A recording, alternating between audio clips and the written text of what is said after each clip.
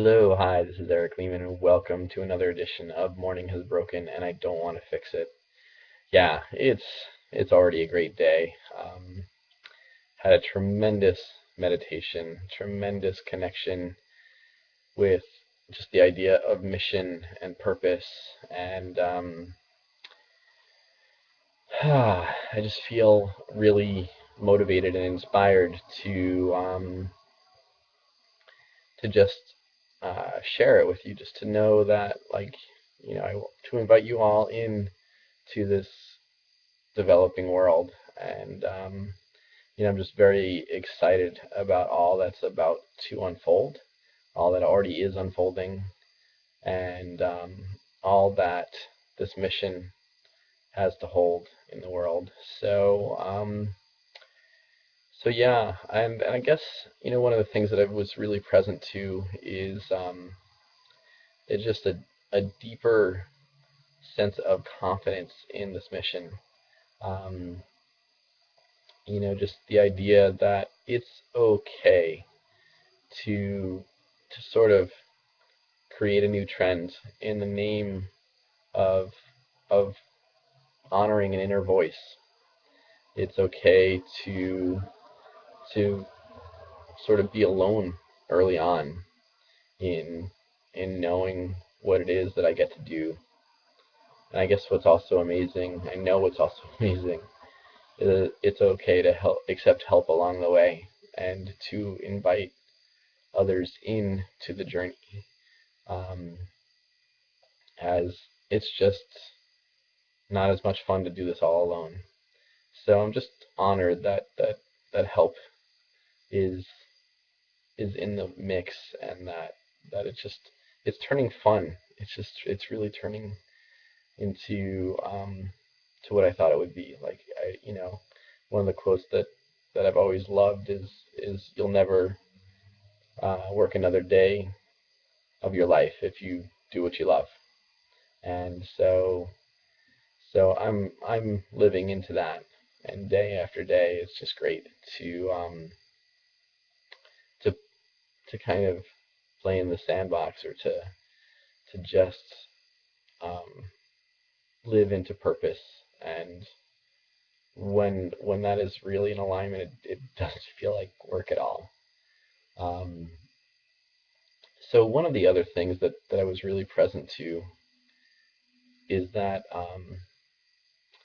there's a lot of people who are um, they're attached to different outcomes, and a lot of them are financial, a lot of them are um, external validation, and uh, and just kind of ego rewards.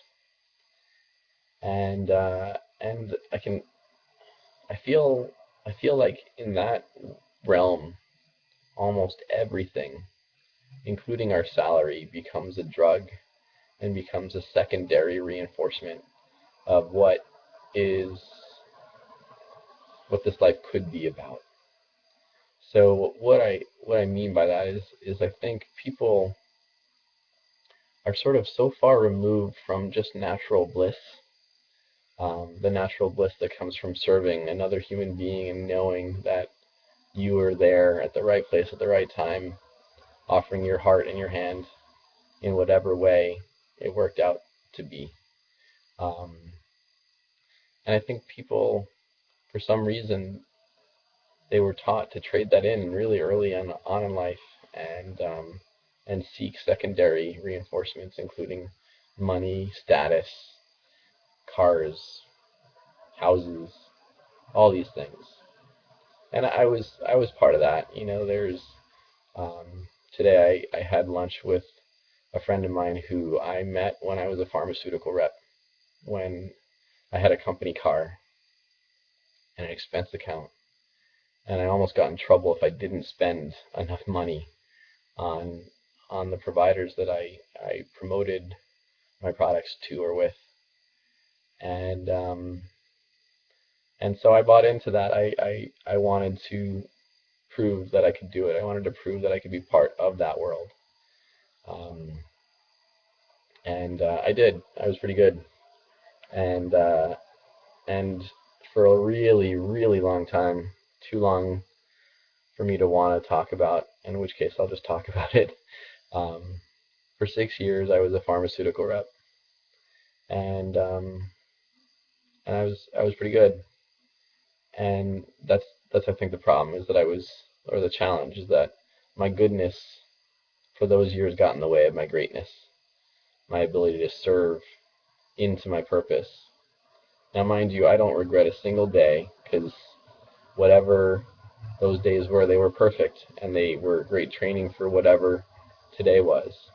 And I was reminded by one of the providers that I met while I was a drug rep of that today, and I felt really encouraged and supported and and validated, you know. And I know that he didn't invite me over to his house because I was a great drug rep. He invited me over to his house because we had a connection and we made a relationship happen above and beyond my job description. And so I think that's one of the biggest natural payoffs that I think we overlook on our way to our goals, on our way to our new car, new house, new promotion, new whatever, um, is is we overlook our old friends. And it's just today was a great reminder that that's just not a good thing to do.